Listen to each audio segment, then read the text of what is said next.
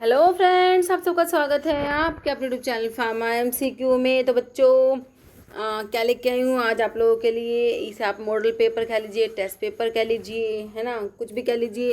तो ये model paper 2 लेके आई हूँ, एक लेके आई थी मैं, है ना। तो काफ़ी अच्छा रिस्पॉन्स रहा था आप लोगों का। तो देखो इससे आप अपने आप को देखो एनालाइज भी कर सकते हो, वो सारा पड़ा हुआ है। तो देख सकते हो तुम्हारी कितनी क्या प्रेपरेशंस, किस तरीके की प्रेपरेशंस चल रही हैं, है ना। और बाकी जहाँ पे ज़रूरत होती है वहाँ पे मैं चीज़ों को एक्सप्लेन भी करती हूँ। किसी भी क्वेश्चन में आपको समझ में नहीं आता तो वो वहाँ पर चीज़ें एक्सप्लेन भी हो जाती है इसमें। ओके बच्चों, तो काफ़ी इंपॉर्टेंट रहेगा आप लोगों के लिए। जैसे कि तुम्हारा उड़ीसा में वैकेंसी तुम्हें देखने को मिलेगी, बहुत ही जल्द नोटिफिकेशन आने वाला है ना। रेलवे है और बाकी ईएसआईसी की भी अभी अलग से तुम्हें वैकेंसी देखने को मिलेगी बच्चों। तो काफ़ी अच्छी अपॉर्चुनिटी है, पढ़िए, खूब मन लगा के पढ़िए बच्चों।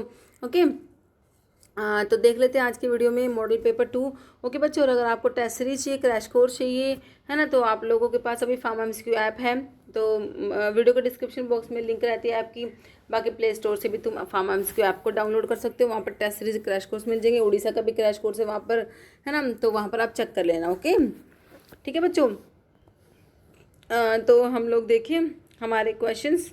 Okay, in which of the following does drawing result due to forced circulation of large volume of heated air, है ना। जो हॉट एयर है, हीटेड एयर है, उसका जो है कह रहे कि फोर्स्ड उसका सर्कुलेशन होता है। कह रहे in which of following does drawing result, है ना। जो ड्राइंग हो रही है वो किस वजह से हो रही है, जो हॉट एयर है ना वो सर्कुलेट कर रही है बच्चों। तो ड्रम ड्रायर में होता है ऐसा, स्प्रे ड्रायर में होता है, ट्रे में की fluidised dryer, fluidised bed dryer जो होता है। तो बच्चों ये तुम्हारा फ्लूडाइज्ड बेड ड्रायर में होता है, तो ऑप्शन 4 तुम्हारा करेक्ट हो जाएगा। कह रहे पीएच ह्यूमन ब्लड का, बच्चों पीएच तुमसे पूछ रखे कितना होता है। तो देख लो भाई ब्लड का पीएच क्या है, 7 कितना देख लो तुम आंसर इसका, 7.35 7.45 होता है। Okay, chemical name vitamin A, vitamin A को भाई तुम रेटिनोल कहते हो, है ना। बाकी थायमिन विटामिन B1 को कहते हो, नायसिन विटामिन B3 को कहते हो, एस्कोर्बिक एसिड विटामिन C होता है। Okay, next layer in blood vessel that transport blood away from heart and contains squamous epithelium. कौन सा ब्लड वेसल का लेयर है जो ट्रांसपोर्ट कर रहा है ब्लड को अवे फ्रॉम द हार्ट, और जिसमें क्या प्रेजेंट है, स्क्वैमस एपिथेलियम है इस लेयर में। ट्यूनिका एडवेंटिशिया इंटिमा मीडिया की एक्सटर्ना, है ना। तो ये तुम्हारा ट्यूनिका इंटिमा इंटिमा होता है बच्चों, है ना, जो कि इनर मोस्ट लेयर होता है ब्लड वेसल का, ट्यूनिका इंटिमा। और एक composed of simple squamous epithelium से बना होता है ना, thin layer of flat cells. Okay, tunica intima inner most layer है ब्लड वेसल्स का, याद रखना। Identify reaction which arene is treated with acid halide या anhydride in the presence of Lewis acid catalyst की प्रेजेंस में, जैसे कि AlCl3, है ना। तो कह रहे टू यील्ड एल्काइल अराइल या डाई अराइल कीटोन। तो कौन सा रिएक्शन है बच्चों, तो बच्चों ये होता है फ्रिडल क्राफ्ट, आपने पढ़े होंगे, एल्काइलेशन और असाइलेशन रिएक्शंस, है ना। तो इसके ऊपर ना क्वेश्चन हमारे एग्जाम में बने हैं, है ना। दो तीन एग्जाम में क्वेश्चन देखे। एक बार तो कैटलिस्ट पूछा हुआ था कौन सा है ना। और एक बार ऐसे रिएक्शन के नेम बने हुए थे। 3 क्वेश्चन बने हुए, 3 एग्जाम में बने हुए हैं। DSSB में बना हुआ है, बाकी जो है एक पंजाब वाले एग्जाम में बना हुआ था, एक और एग्जाम में आया था, है ना, MP के एग्जाम में आया था एक, आई थिंक। तो ये रिएक्शन जो होती है इसमें arene treated with acid halide या anhydrate in the presence of Lewis acid catalyst. तो ये बच्चा आपका फ्रिडल क्राफ्ट एसाइलेशन रिएक्शन है, जो कि तुम्हें ऑप्शन 2 करेक्ट हो जाएगा। Okay, term associated with defect in tablet, tablet के डिफेक्ट से क्वेश्चन है। व्हेन टैबलेट अडहियर सीज और टीयर इन द डाई। तो देखो क्रैकिंग दे रखा है, बाइंडिंग दे रखा है, कैपिंग दे रखा है, लैमिनेशन। लैमिनेशंस में तो लेयर्स में टैबलेट सेपरेट हो रही थी हमारी, है ना। कैपिंग में क्या हो रहा था, पार्शल या कंप्लीट सेपरेशन हो रहा था, टॉप या bottom crown of tablet from the main body of tablet, है ना। तो ये होता है तुम्हारा बाइंडिंग होता है बच्चों, this is known as binding. Okay, and product of complete oxidation of glucose. भाई ग्लूकोज का कंप्लीट ऑक्सीडेशन जब होगा तो लास्ट में क्या मिलेगा तुम्हें, भाई CO2 और वाटर ही तो मिलता है, कार्बन डाइऑक्साइड और वाटर मिलता है। बिल्कुल सही है, ऑप्शन 4 कह रहा सीक्वेंस ऑफ हार्ट का रिलैक्सेशन और कॉन्ट्रैक्शन इज कोल्ड, है ना। तो हार्ट कॉन्ट्रैक्ट करता है फिर रिलैक्स करता है, ये जो सीक्वेंस है कॉन्ट्रैक्शन रिलैक्सेशन का। कार्डिक साइकिल कहोगे, हार्ट रेट कहोगे, कार्डिक आउटपुट की स्ट्रोक वॉल्यूम, तो इसे हम क्या कहेंगे बच्चों, कार्डिक साइकिल कहेंगे। ओके, हार्ट रेट के बारे में लिख रखा है, हार्ट रेट कहते हैं number of heart beat, 1 minute में हार्ट कितनी बार बीट कर रहा है, हार्ट रेट होता है। Cardiac output the amount of blood pump by heart पर मिनट, है ना। 1 मिनट में कितना ब्लड पंप कर रहा है हार्ट, वो कार्डियक आउटपुट होता है। इसको कैलकुलेट करने के लिए हार्ट रेट को मल्टीप्लाई कर दो स्ट्रोक वॉल्यूम से। स्ट्रोक वॉल्यूम होता है amount of blood ejected by ventricle during each contraction, वो आपका स्ट्रोक वॉल्यूम होता है। ओके बच्चों, कह रहे rate of filtration not affected by the, तो रेट ऑफ फिल्ट्रेशन के लिए जो हमारा डार्सी इक्वेशन है उसमें हम पढ़ते हैं कौन से फैक्टर अफेक्ट नहीं करते, बताना है। कह रहे लिक्विड का surface tension, area of the filter, pressure difference, resistance to filter, resistance to cake and the filter.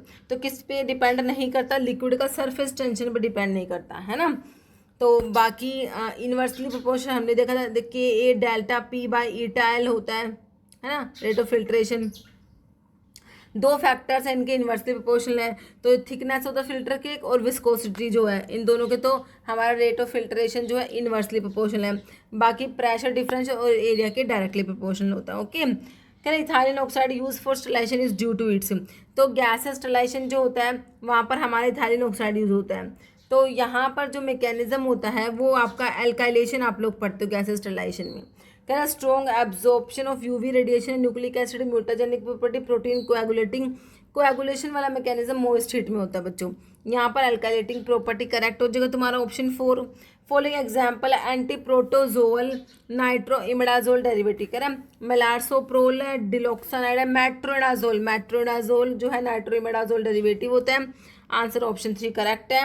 Primary clinical use of antihistamines, तुम्हारा जो एंटीहिस्टामिन्स का यूज बताओ भाई क्या होता है एंटीहिस्टामिन्स का, है ना। कह रहे हैं एलर्जीज को मैनेजमेंट के लिए यूज करो, बिल्कुल करते हैं। Anti microbial therapy, pain relief या हाइपरटेंशन में नहीं यूज करोगे बच्चों इनको। मैनेजमेंट ऑफ एलर्जीज करेक्ट हो जाएगा। Code of according to Code of Pharmaceutical Ethics, the pharmacist has a right to do all of the following jobs in relation to his trade except, pharmacist के पास सारे rights हैं, एक को छोड़ के बताओ। कह रहा purchase of drug, alter the prescription को ऑल्टर करना, जो भी प्रिस्क्रिप्शन है उसको ऑल्टर करेगा क्या pharmacist. Fix the price including compounding charge, advertise करना ड्रग्स को, तो भाई प्रिस्क्रिप्शन को ऑल्टर नहीं करेगा, है ना। तो ऑप्शन 2 करेक्ट है। In volumetric analysis what is the solution of known concentration, जिसकी कंसंट्रेशन तुमको पता है बच्चों उसे क्या कहोगे, स्टैंडर्ड सॉल्यूशन कहोगे, सोल्यूट कहोगे, एनालाइट कहोगे, इंडिकेटर कहोगे। जिसकी कंसंट्रेशन हमको पता होती है उसे हम क्या कहते हैं बच्चों, स्टैंडर्ड सॉल्यूशन कहते हैं। कह रहा sometime fixed oil are used as a non aqueous vehicle for manufacturing of hormone injections के लिए बच्चों fixed oil as a vehicle use होते हैं बच्चों, नॉन एक्वस व्हीकल होते हैं। कह रहे which fixed oil is not use for injection purpose के लिए कौन सा फिक्स्ड ऑयल यूज नहीं करते, sesame oil, coconut oil, cotton seed oil या पीनट ऑयल। तो कोकोनट ऑयल तो यूज नहीं होता बच्चों ना, बाकी तीनों यूज हो सकते हैं।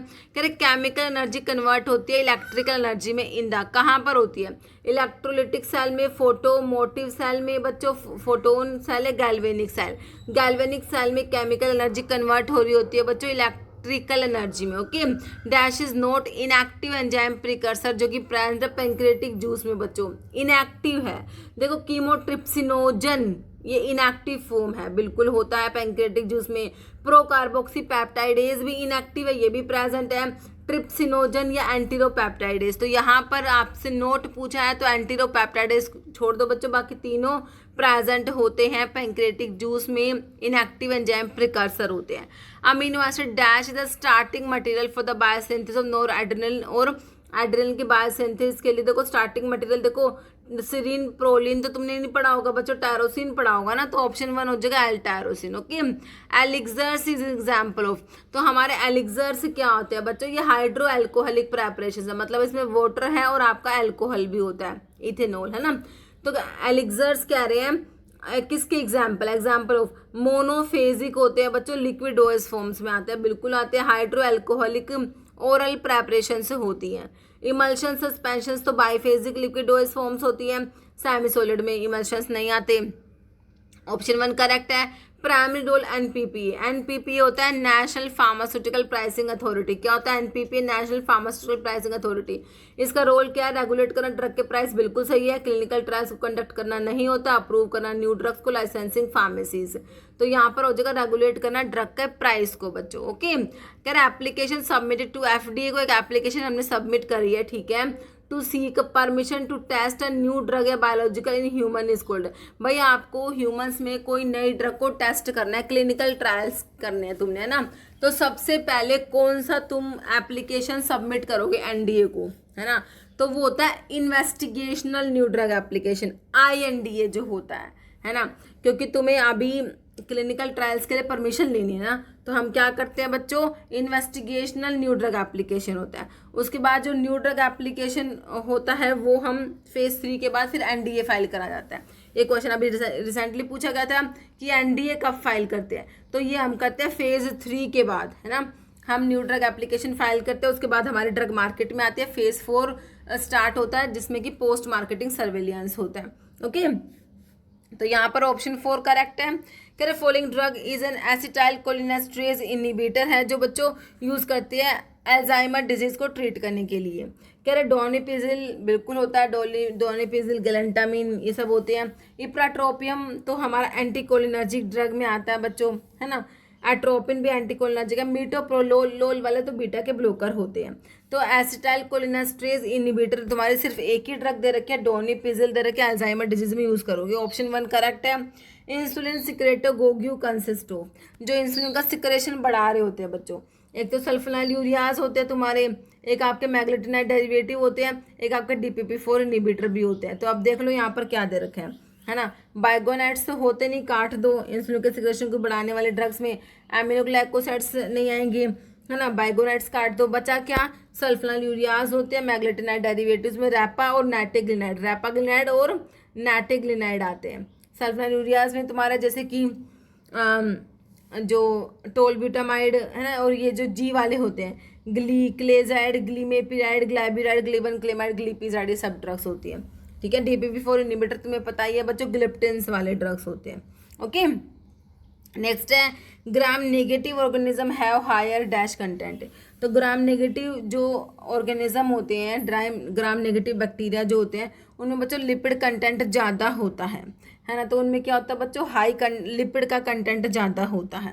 Major side effect aminoglycoside antibiotic तुम्हारी जो होती है वो ओटोटॉक्सिटी करा देती है और नेफ्रोटॉक्सिटी करा देती है। ऑप्शंस में देख लो भाई, यहाँ पर ऑप्शन 1 में तुम्हें दे रखा है ओटोटॉक्सिटी, करेक्ट हो जाएगा। फॉलोइंग हेटेरोसाइक्लिक कंपाउंड जो कि फ्यूज्ड रिंग सिस्टम है, फ्यूज्ड कौन सा है, थायाजीन में तो एक ही रिंग है, क्विनोलिन फ्यूज्ड है बच्चों, ऑक्साजोल में भी एक ही रिंग है, पायरिडिन में भी एक ही रिंग है। तो आंसर क्या हो गया, फ्यूज्ड के एग्जाम्पल में क्विनोलिन हो गया। Which abbreviation commonly use to indicate that a medication should be taken before मील।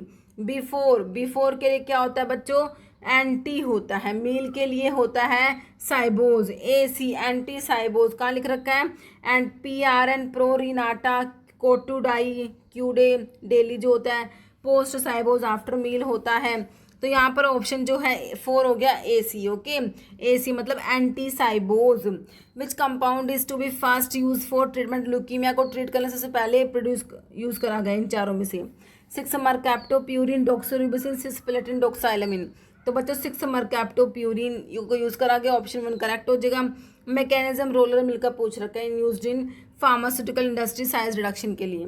तो मिल्स के मैकेनिज्म पे क्वेश्चन बनते हैं। कटर मिल में कटिंग होता है, डिसइंटीग्रेटर में इम्पैक्ट होता है, हैमर मिल में भी इम्पैक्ट होता है। बॉल मिल और फ्लूइड एनर्जी मिल में क्या होता है, इम्पैक्ट और एट्रेशन दोनों मिल में होता है, इम्पैक्ट और एट्रेशन होता है।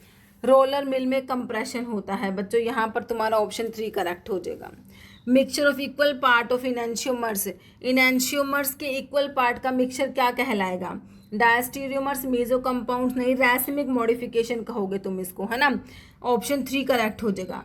कह रहे रैसिमिक मॉडिफिकेशन एक मिक्सचर होता है जिसमें क्या इक्वल अमाउंट्स है दोनों enantiomers of a chiral compound, resulting in no net optical activity because rotation caused by one enantiomer is cancelled out by equal and opposite rotation of other enantiomer. तो ये होते हैं रैसिमिक मॉडिफिकेशन होते हैं, जिसमें क्या है मिक्सचर होता है equal part of enantiomers. Okay, normal amount haemoglobin का per 100 ml of blood for adult females की बात हो रही है बच्चों, है ना। फीमेल्स में कितना हीमोग्लोबिन होता है, 14 से 20 ग्राम है, 10 से 14 है, 13.5 से 18, 12 से 16, तो कितना होता है 12 to 16 ग्राम हो जाएगा पर 100 ml। Okay, coca, hemp, opium are defined under the, कौन से एक्ट में आएंगे, देखो poison act, drug and cosmetic act, magic remedies में नहीं आएंगे, narcotic drug and psychotropic substance act 1985 correct हो जाएगा तुम्हारा। Injectables are filled in glass containers. As per USP, glass is classified into 4 category and borosilicate glass is classified as. तो हमारा जो type 1, 2, 3 glass पढ़ते हो ना बच्चों, बोरोसिलिकेट ग्लास किस में आते हैं? तो हमारा जो टाइप 1 ग्लास होता है वही क्या होता है? हाईली रेजिस्टेंट बोरोसिलिकेट ग्लास होते हैं. Type 1 highly resistant borosilicate glass. Type 2 treated soda lime glass, फिर सोडा लाइम ग्लास, फिर general purpose soda lime glass. तो टाइप 4 जो है वो एनपी ग्लास होता है, नॉन पेरेंटल ग्लास होता है, पेरेंटल्स के लिए यूज नहीं करते. ओके.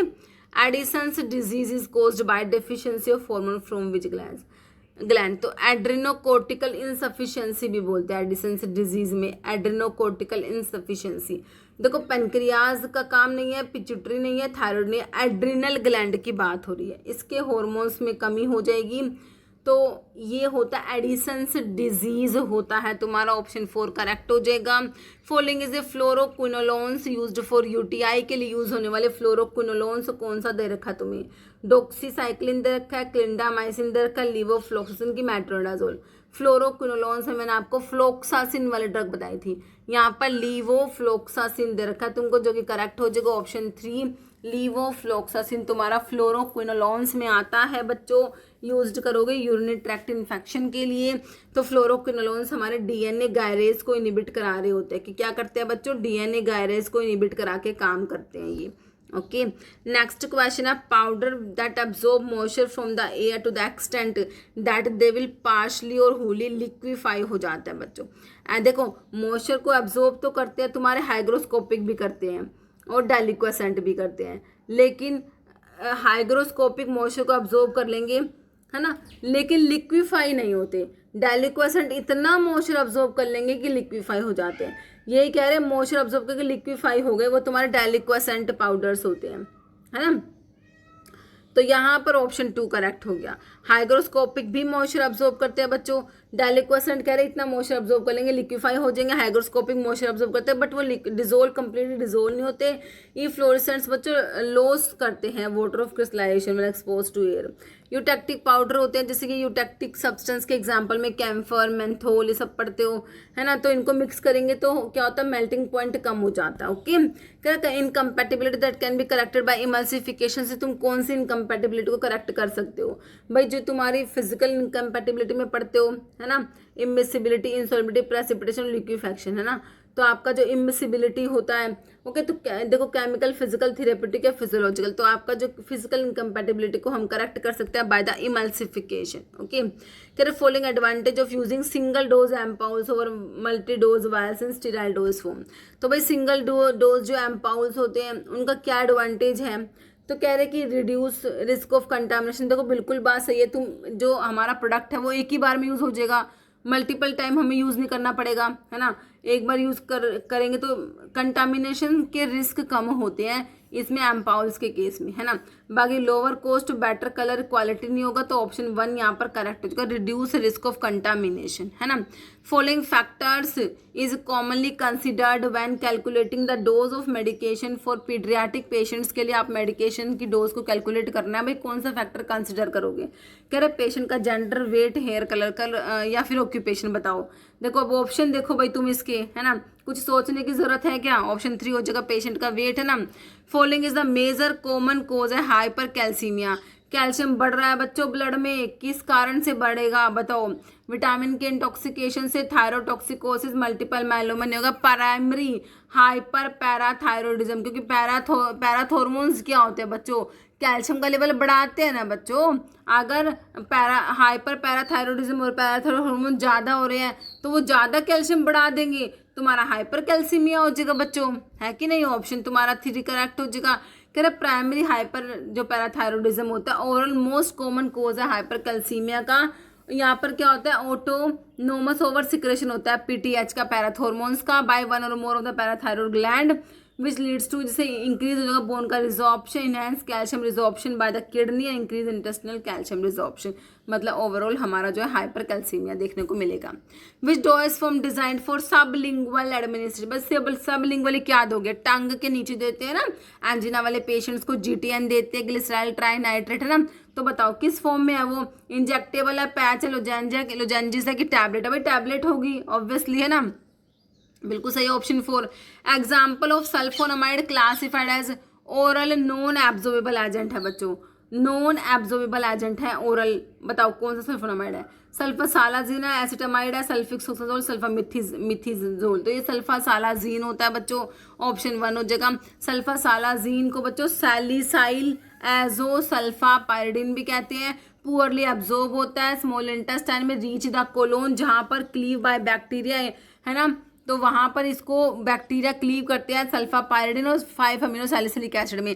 इसका एजो रिडक्शन होता है, एजो रिडक्टेज जो है वो इस रिएक्शन को कैटलाइज कराएगा, है। सल्फापायरिडिन कह रहे हैं विच इज अब्जॉर्ब्ड, और 5 अमीनो सैलिसिलिक एसिड जो होता है which act locally to reduce inflammation in conditions like ulcerative colitis में और क्रोन डिजीज में बच्चों। Okay, as an adjuvant ascorbic acid serve as dash in sterile dose form में। Ascorbic acid का क्या रोल है? कह रहा स्टेबलाइजर है, बफर है, सोल्यूबिलाइजर है कि इमल्सिफायर होता है? तो हमारा एस्कोर्बिक एसिड जो होता है बच्चों ये क्या होता है? स्टेबलाइजर होता है, स्टेबलाइजर है बच्चों। यहाँ पर ऑप्शन 1 करेक्ट हो जाएगा। मैकेनिज्म इन ड्रग के एब्जॉर्प्शन में मैकेनिज्म पूछ रहा है, involving the binding of iron with medicine like ciprofloxacin. कह रहा है अगर आयरन जो है बच्चों जैसे कि सिप्रोफ्लोक्सासिन से बाइंड होता है ना, तो ये किस तरीके का मैकेनिज्म है ड्रग के एब्जॉर्प्शन में? कह रहे प्रोटीन बाइंडिंग डिस्प्लेसमेंट हो रहा है क्या बच्चों? यहाँ पर देखो कह रहे आयरन बाइंड कर रहा है मेडिसिन जैसे कि सिप्रोफ्लोक्सिन से आयरन बाइंड हो रहा है, तो बताओ कह रहा प्रोटीन बाइंडिंग डिस्प्लेसमेंट हो रहा है, बाउल का फ्लोरा इफेक्ट हो रहा है, चिलेशन हो रहा है कि चेंज इन गैस्ट्रिक मोटिलिटी? बताओ भाई, ऑप्शन देख के बता दो क्या करोगे भाई। चिलेशन हो रहा है, अगर आयरन जाके बाइंड कर रहा है हमारी दवाई से, मेडिसिन से बाइंड कर रही है आयरन, तो इसका मतलब चिलेशन हो रहा है ना। Carbidopa enhance the effect of levodopa. Levodopa is the prodrug of dopamine, है ना। पार्किंसंस डिजीज में यूज करते हैं बच्चों, क्योंकि वहां पर हमारा डोपामिन कम हो गया, हमें डोपामिन बढ़ाना होता है। तो डोपामिन को एज इट इज नहीं दिया जाता क्योंकि वो ट्रिपल बी क्रॉस नहीं कर पाएगा, तो आपको ब्रेन में ही उसका लेवल बढ़ाना होता है। इसलिए क्या करते हैं, जैसे कि डोपामिन का प्रिकर्सर देते हैं लीवोडोपा, है ना। अब लीवोडोपा अगर ब्रेन में जाने से पहले डिकार्बोक्सिलेशन होकर डोपामिन बन गया तो लीवोडोपा कोई काम का नहीं रहा। इसलिए क्या करते हैं, लीवोडोपा के साथ में पेरिफेरल डिकार्बोक्सिलेज इनिबिटर देते हैं, कार्बिडोपा या बेंसीराजाइड, है ना।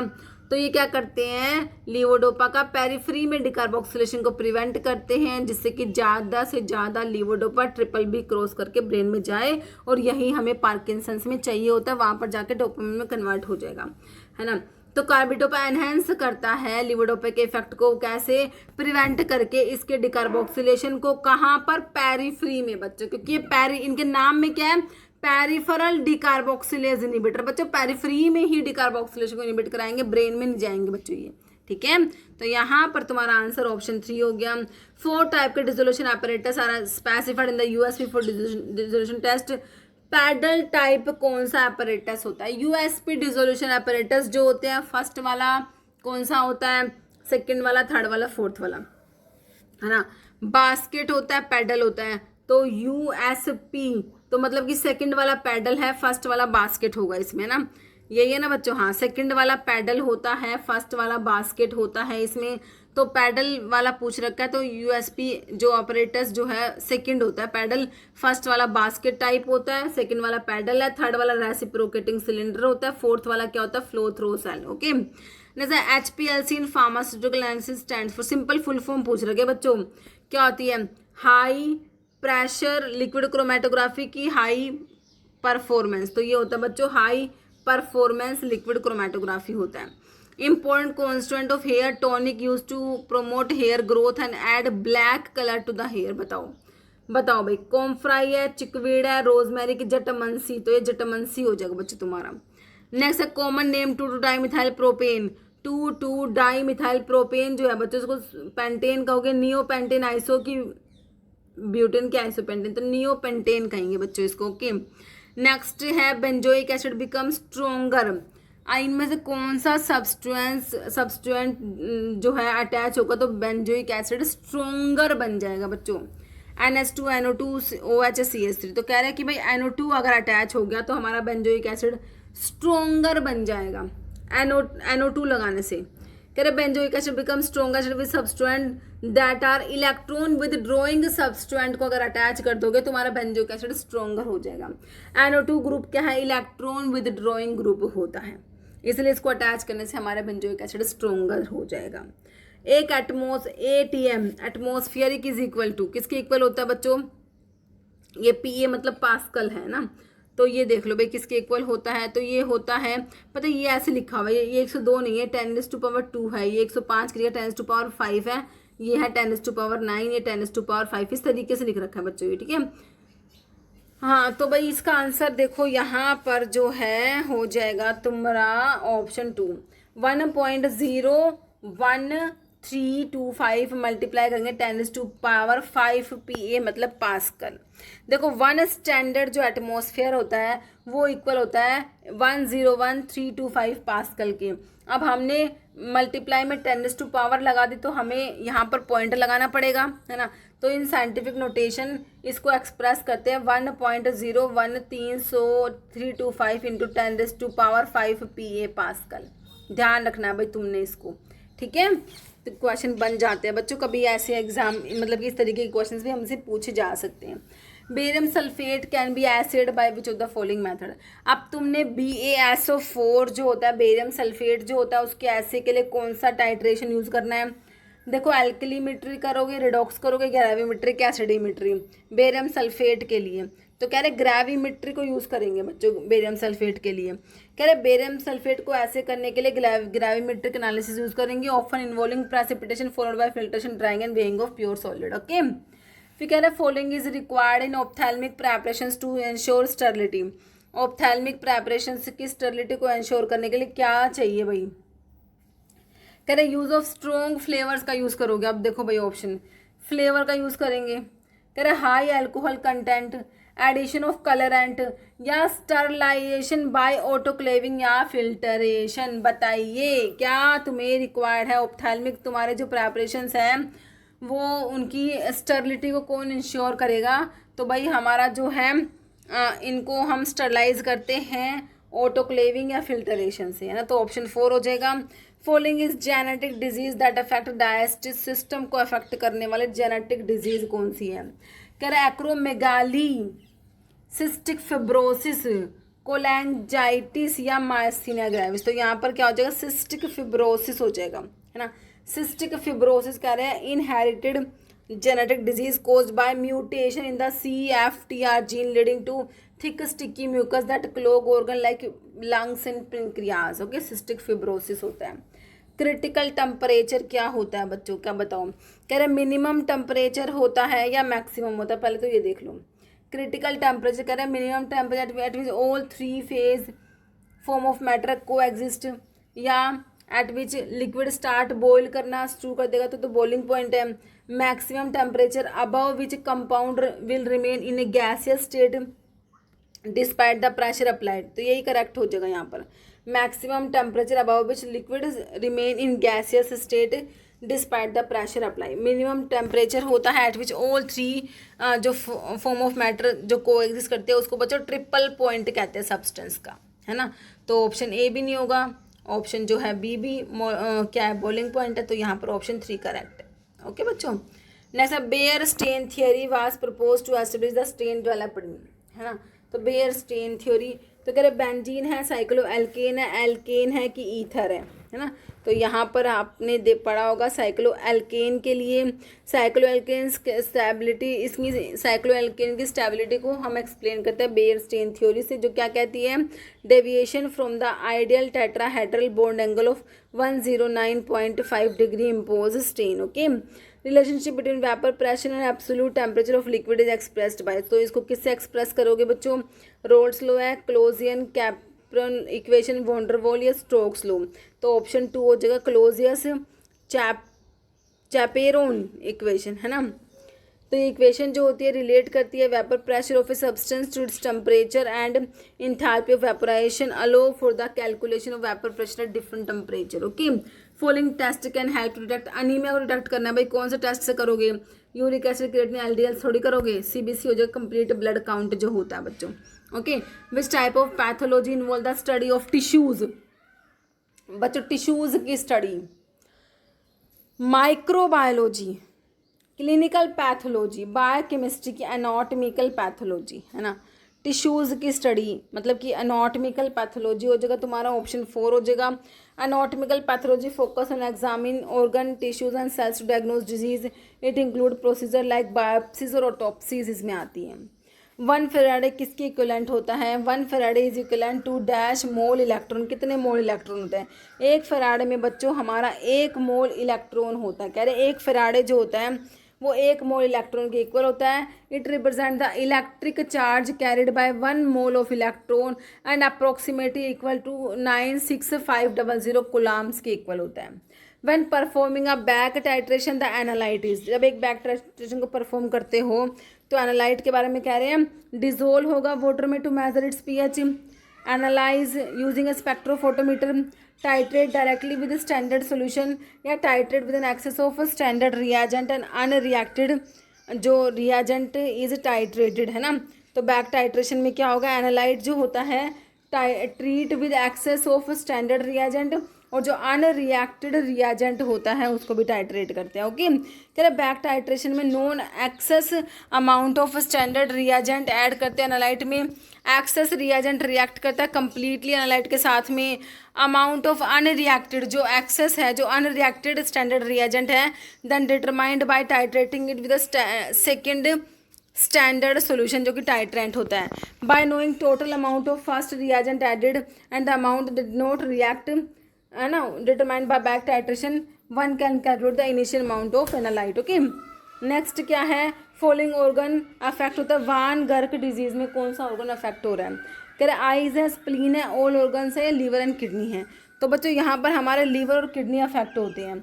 वॉन गर्क डिजीज जो होता है यहाँ पर डेफिशिएंसी होता है ग्लूकोज 6 फॉस्फेटेज एंजाइम का which prevent the liver from converting glycogen से ग्लूकोज कन्वर्ट नहीं हो पाता, जिससे क्या होता है ग्लाइकोजन बिल्डअप हो जाएगा लीवर्स में और अदर टिश्यूज़ में, और जो है कॉजिंग सिम्टम्स लाइक हाइपोग्लाइसेमिया, मतलब कि ब्लड का ग्लूकोज कम हो जाएगा, एंड हिपैटोमेगाली की लीवर्स की एनलार्जमेंट हो जाएगी। ओके, नेक्स्ट है the dash is used for distinguishing whether alcohol तुम्हारा प्राइमरी सेकेंडरी टर्शरी है।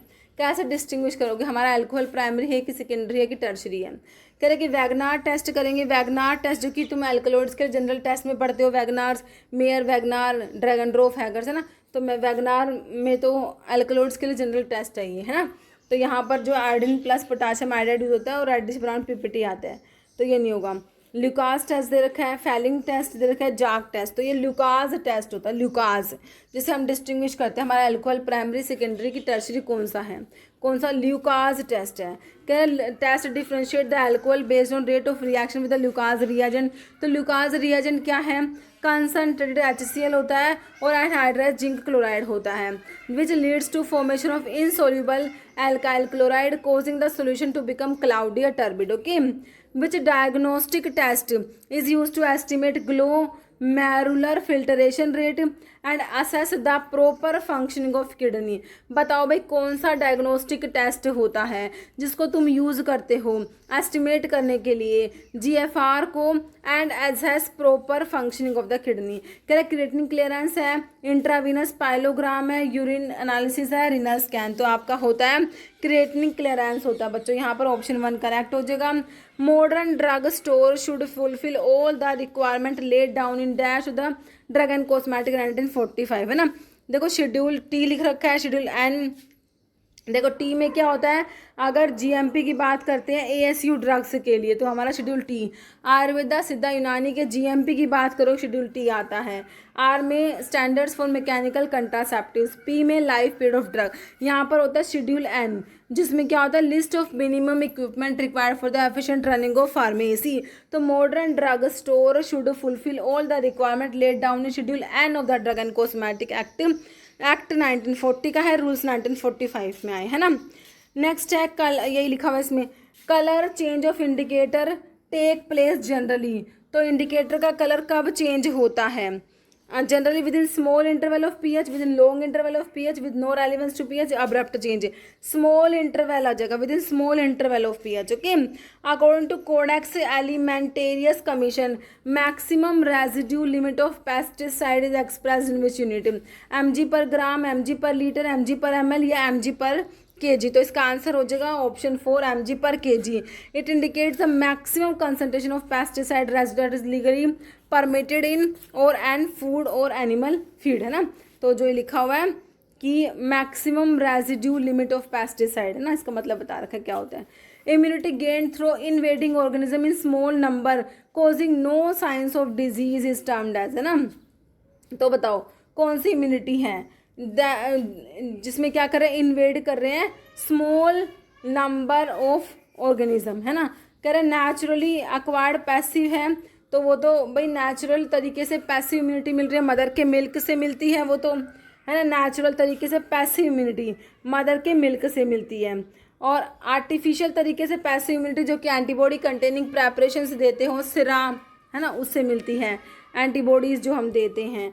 नेचुरल तरीके से एक्टिव इम्यूनिटी बिल्कुल जो भी डिजीज़ है इन्फेक्शन उससे मिलती है. तो स्मॉल अमाउंट ऑफ जो इन्वेडिंग ऑर्गेनिज्म आपको नेचुरल एक्टिव इम्यूनिटी प्रोवाइड कराएंगे. बाकी आर्टिफिशियल स्टिमुलेटेड एक्टिव इम्यूनिटी आपको जो है वैक्सीन से प्रोवाइड कराती है. तो यहाँ पर ऑप्शन 3 करेक्ट हो जाएगा. पार्टिकल साइज कोलोइडल डिस्पर्जन का क्या होता है भाई, देख लो ऑप्शंस कितना होता है कोलोइडल डिस्पर्जन का. तो 1 नैनोमीटर से हो जाएगा, है ना. यहाँ पर ये 1 नैनोमीटर से अबव वाला हो जाएगा ऑप्शन 4. टिपिकल जो रेंज होता है 1 नैनोमीटर से लेके 1 माइक्रोन, जो कि 1 नैनोमीटर से लेके 1000 नैनोमीटर तक होता है. इन चारों ऑप्शंस में हमारा ऑप्शन 4 ही मोस्ट अप्रोप्रिएट होगा. ओके. कह रहा है सोंठ या सोंथी क्या होता है, डैश ऑफ द प्लांट का क्या है, राइजोम है, फ्रूट है, लीव्स है कि बार्क है. तो भाई ये राइजोम होता है तुम्हारा. सोंठ जो होता है ना, सोंठ होता है, सोंठ सुना होगा, वो ड्राइड राइजोम होता है, ड्राइड. देखो आपका ये सोंठ जो होता है ये आपका जिंजर जो अदरक होता है ना, अदरक, है ना, वो जो ड्राइड जिंजर होता है उसको बोलते हैं. तो जिंजर जो राइजोम वाला पार्ट होता है हमारा, तो ड्राइड राइजोम है जिंजर प्लांट का जो सोंठ होता है. इसको ड्राई जिंजर भी कहते हैं, obtain by drying the fresh ginger root which is botanically classified as underground stem या राइजोम. ओके. ड्यूरिंग बर्न्स के दौरान it is recommended not to wash with very cold water, है ना. तो कह रहे हैं बहुत ही कोल्ड वाटर से वॉश नहीं करना चाहिए बर्न के दौरान, because burn victim can easily become, बहुत ठंडे पानी से अगर वॉश करेंगे तो क्या हो जाएगा, हाइपोथर्मिक हो जाएगा जो विक्टिम है. तो इसीलिए ऑप्शन 1 हो जाएगा. कॉजेटिव ऑर्गेनिज्म मीजल्स, मीजल्स हमारा वायरल डिजीज़ में आता है. इसका कॉजेटिव ऑर्गेनिज्म क्या है, ट्रिपोनिमा पैलिडियम जो कि हमारा सिफिलिस कोज कराएगा. बोटुला पर्टूसिस वूपिंग कफ या पर्टूसिस कोज कराता है.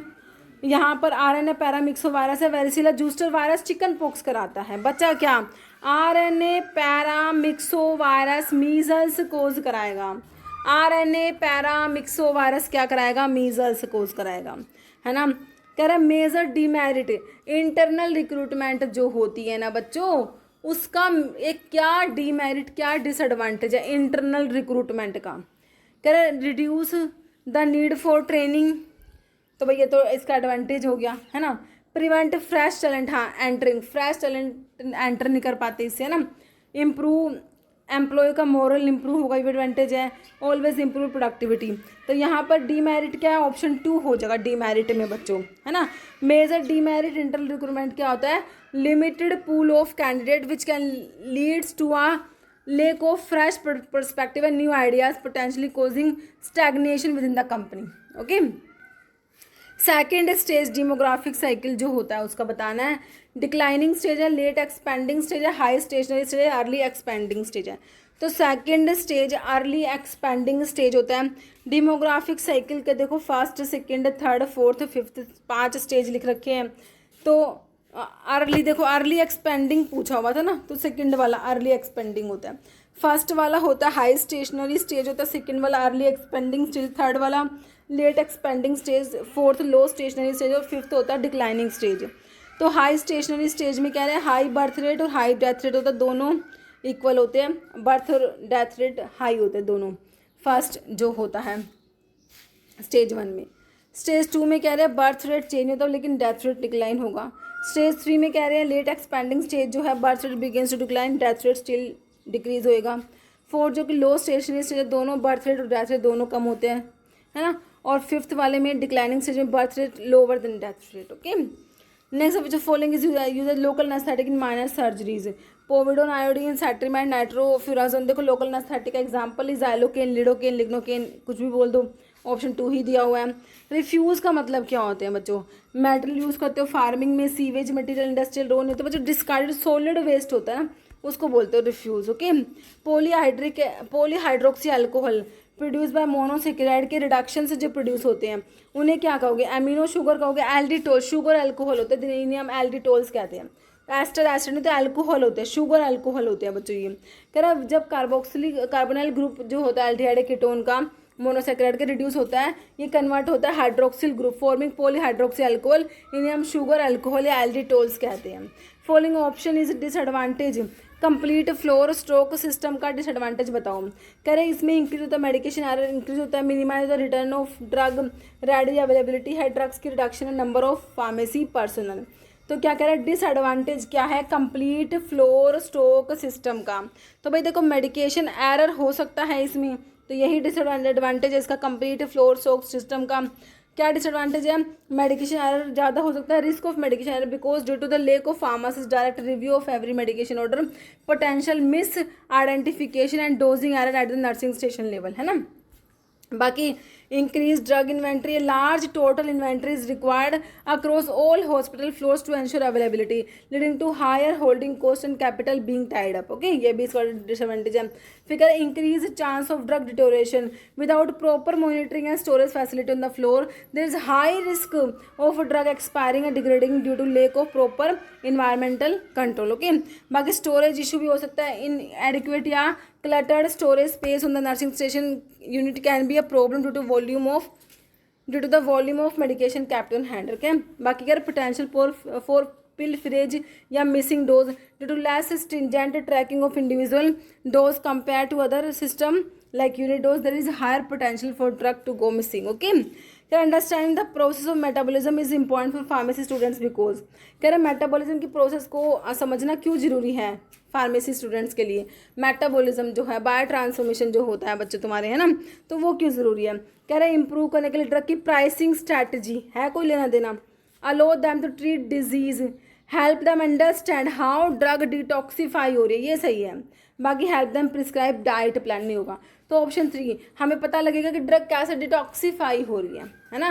बायो ट्रांसफॉर्मेशन जो होता है जहाँ पर क्या होता है हमारा नॉन पोलर ड्रग जो है पोलर में कन्वर्ट हो रहा है, लिपिड सोल्यूबल वाटर सोल्यूबल में कन्वर्ट हो, ताकि वो यूरिन के थ्रू एक्सक्रीट आउट हो सके बच्चों, है ना।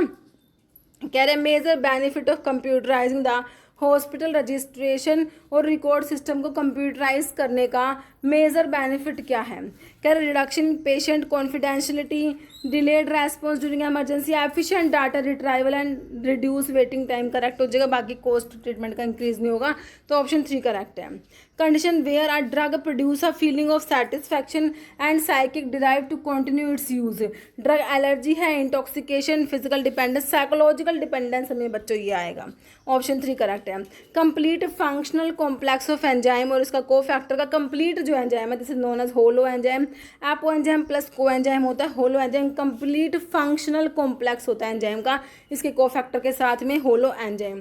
प्राइमरी ऑडिट सोसाइटी बिलोंग करती है commercial cooperative mixed land development, तो ये होती है कोऑपरेटिव बैंक हो जाएगा, ऑप्शन तुम्हारा 2 करेक्ट हो जाएगा। Turbidity in waste water is produced by the presence of, है ना, तो कोलोइडल मैटर है, क्लोराइड्स है, फ्री रेडिकल्स है, क्रोमियम सोल्ट है।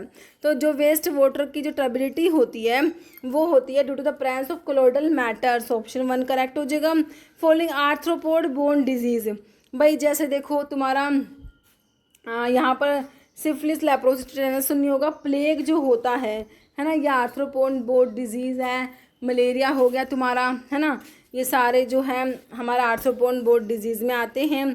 Distribution of free samples is best suited for, है ना, किसके लिए ज़रूरी है फ्री सैंपल्स का डिस्ट्रीब्यूशन। कह रहा है established product only new product with high repeated sales potential, luxury items, industrial goods, तो यहाँ पर ऑप्शन 2 हो जाएगा new product with high repeat sale potential. Okay, correct. Distribution of free samples best suited for new products with high repeat sale potential. This strategy highly effective because it overcome initial customer hesitation, allow consumer to experience the product quality firsthand, build brand awareness, all of which encourage repeat purchase. Okay, following is not a sign of physical health का sign नहीं है. Lustrous hair, anxiety, clean complexion या bright clear complexion या bright eyes. तो देखो anxiety नहीं आएगा physical health में, है ना, साइन ऑफ फिजिकल हेल्थ. बाकी तीनों सही है. Two drug product are consider biopharmaceutical equivalent. Pharmaceutical equivalent कब कहोगे? कह रहा है contain the same active ingredient dose form and strength. बिल्कुल सही है. Manufactured by same company different dose form या डिफरेंट एक्टिव इंग्रेडिएंट. तो ऑप्शन 1 हो जाएगा. कह रहा है फार्मास्यूटिकल इक्विवेलेंट होने के लिए क्या क्राइटेरिया है? They contain identical amount of identical active ingredient होने चाहिए. They are in identical dose form and route of administration भी उनका सेम होना चाहिए. ओके, जैसे both are tablet, capsule, injections, they are identical in strength और concentration. Okay, hormones और chemical substance secreted by. तो तुम्हारे जो एंडोक्राइन सिक्रेशंस जो होते हैं, एंडोक्राइन ग्लैंड के सिक्रेशंस जो होते हैं उन्हें हम हॉर्मोन्स कहते हैं. एंडोक्राइन ग्लैंड के सिक्रेशंस को क्या कहते हो? हॉर्मोन्स कहते हो. तो यहाँ पर ऑप्शन 1 करेक्ट हो जाएगा. What is a valid reason for manufacturing a product within the hospital. एक मतलब कि हॉस्पिटल में प्रोडक्ट को मैन्युफैक्चर करने का वैलिड रीज़न क्या है? कह रहे हायर एडवर्टीजमेंट रीच है, फ्री सैंपल है, इम्प्रूव्ड एस्थेटिक अपील या एश्योर्ड सप्लाई ऑफ आइटम हो जाएगा बच्चों, option 4. Okay, next bioequivalence means two formulation. देखो जब दो फॉर्मुलेशंस के बायोलिटी सेम होती है मतलब कि बायो इक्विवेलेंस वो है, बायो अवेलेबिलिटी सेम जब होंगे, है ना. तो कह रहे हैं कि two different drug produce different clinical outcome, reach circulation at the same rate and extent of drug formulation. उससे तो आप बायोलिटी कहते हो. तो सेम रेट एंड एक्सटेंट होगा बायोलिटी सेम मतलब कि बायो इक्विवेलेंस है बच्चों, है ना. बाकी लेबोरेटरी में सेम लेबोरेटरी में प्रिपेयर करना है, फिर इंडिफरेंस इन विट्रो रिलीज. तो यहाँ पर ऑप्शन 2 करेक्ट हो गया तुम्हारा. ओके, विंसेंट इन्फेक्शन को क्या कहते हैं बच्चों? इसको ओरल कैंडिडियासिस कहोगे, angular cheilitis, aphthous stomatitis, ulcerative gingivitis. तो इसको बोलते हैं क्या? अल्सरेटिव जिंजिवाइटिस बोलते हैं. ट्रेंच माउथ, ये painful progressive painful infection with ulceration, swelling and sloughing of that tissue from the mouth and throat due to spread of infection from the gums. Okay, pathogenesis का मतलब बताओ. Pathogenesis identification of cause to organism, mechanism development of disease, outcome of a disease या visible symptoms of a disease. Pathogenesis का मतलब होता है mechanism of development of a disease, कि भाई एक डिजीज कैसे डेवलप हो रही है, कि क्या मैकेनिज्म है. इसको पैथोजेनेसिस बोलते हैं. Process by which disease or disorders develop होता है, including the mechanism of infection, how it progress and it affect on the body. Okay, dash present in loose connective tissue produce heparin. तो हमारा heparin हमने पढ़ा है हमारे mast cells में produce होता है, बेसोफिल्स में प्रोड्यूस होता है ना. तो फैट सेल्स, फिब्रोब्लास्ट, मैक्रोफेज नहीं होगा, मास्ट सेल तुम्हारा करेक्ट होना है यहाँ पर option 3 mast cell. Mast cell specialized cells होती है लूज कनेक्टिव टिश्यूज में जो कि स्टोर करती है और रिलीज करती है हिपैरिन को, जो कि हमारा पेरेंट्रल एंटीकोएगुलेंट होता है. जो फैट सेल्स एडिपोसाइट्स होती हैं वो फैट को स्टोर करेंगी. फिब्रोब्लास्ट जो होती है बच्चों, इसके ऊपर क्वेश्चन बने हैं रिसेंटली एग्जाम में फिब्रोब्लास्ट के ऊपर. क्या रिस्पॉन्सिबल होती है फिर प्रोड्यूसिंग कोलाजन प्रोड्यूस करते हैं बच्चों. फिब्रोब्लास्ट जो है ये कोलाजन प्रोड्यूस करती है and other extra cellular matrix component. Okay, fibroblast. Macrophages जो होती है फैगोसाइटिक सेल्स होती हैं जो एनगल्फ करेंगी डेब्रिस को, फॉरेन पार्टिकल्स को, also play a role in inflammation. Okay, following function है गोल्जी कॉम्प्लेक्स. गोल्जी बॉडी का क्या फंक्शन है बच्चों? प्रोटीन की पैकेजिंग में होता है, एनर्जी प्रोडक्शन का काम नहीं होता बच्चों, राइबोसोम की सिंथेसिस तो नहीं होगी, डीआरएनए एप्लीकेशन भी नहीं होगा. तो ये जो है हमारा प्रोटीन की पैकेजिंग करेक्ट हो जाएगा, हमारा ऑप्शन 1 हो जाएगा. गोल्जी apparatus प्राइमरी रिस्पॉन्सिबल होता है receiving, modifying and packaging proteins. Okay, following is the most important factor influencing the manufacturing requirement of non sterile item in hospital pharmacy. बताइए most important factor जो influence करता है manufacturing requirement of non sterile item in hospital pharmacy. कह रहे expected consumption ratio, number of unskilled personal, availability of sterile labs या sophistication of analytical instrument, तो यहाँ पर हो जाएगा expected consumption ratio. Which equipment is commonly use for large scale emulsion के production के लिए कौन सा इक्विपमेंट यूज़ करोगे बच्चों? मोटर एंड पैसर यूज़ करोगे, कोलॉइडल मिल यूज़ करोगे, डबल कोन ब्लेंडर या बॉल मिल। लार्ज स्केल पे हमने इमल्शन को बनाना है बच्चों, तो इसके लिए कोलॉइडल मिल यूज़ होगा। ऑप्शन 2 करेक्ट है। एडिपोज टिश्यू हमारा एक तरीके का क्या है बच्चों? नर्वस मस्कुलर एपिथेलियल नहीं होता, कनेक्टिव टिश्यू का ही एक टाइप आपका एडिपोज टिश्यू होता है। Pharmacist are no longer confined to traditional roles of dispensing medications, instead they actively engage in following aspect except. Medication management में फार्मासिस्ट का भी रोल है, डायरेक्ट पेशेंट केयर दे रखे हैं, ऑप्टिमाइजिंग थेरेप्यूटिक आउटकम या maintain करना चार्ज शीट। ओके, तो यहाँ पर कह रहे हैं एक्सेप्ट में कह रहे हैं ऑप्शन जो है मेंटेनिंग चार्ज शीट हो जाएगा। Pharmacist in model health care actively engage होते हैं मेडिकेशन मैनेजमेंट में, direct patient care and optimizing therapeutic outcome. Okay, बाकी एक्सेप्ट में आ जाएगा मेंटेन करना चार्ज शीट। जैसे hormone of the posterior pituitary gland stimulate the release of milk के रिलीज को स्टिमुलेट करने वाला पोस्टीरियर पिट्यूटरी का हार्मोन। देखो पोस्टीरियर पिट्यूटरी के 2 हार्मोन पढ़ते हो, ऑक्सीटोसिन और वैसोप्रेसिन, तो मिल्क से रिलेशन तो ऑक्सीटोसिन का ही है बच्चों, तो है ना। यहाँ पर तुम्हारा हो जाएगा ऑक्सीटोसिन हो जाएगा, जो कि ऑप्शन 4 में दिया है।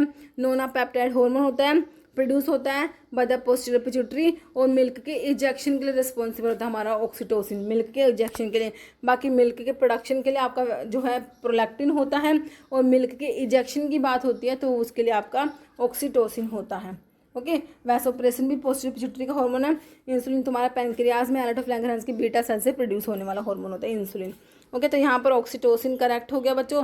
प्रोलैक्टिन बच्चों मिल्क के प्रोडक्शन को इनिशिएट करता है, एंट्री पिट्यूटरी का हार्मोन होता है जो सीक्रेट प्रोलैक्टिन है ना। ऑक्सीटोसिन पोस्टीरियर पिट्यूटरी का हार्मोन है, मिल्क के इंजेक्शन के लिए रिस्पॉन्सिबल है। वैसोप्रेसिन जो कि एंटी डायरेटिक हार्मोन होता है, प्राइमरी रेगुलेट करता है water reabsorption the kidney and blood pressure, और इंसुलिन हमारा पैनक्रियाज का हार्मोन है जो कि ग्लूकोज के लेवल को रेगुलेट करता है। ओके।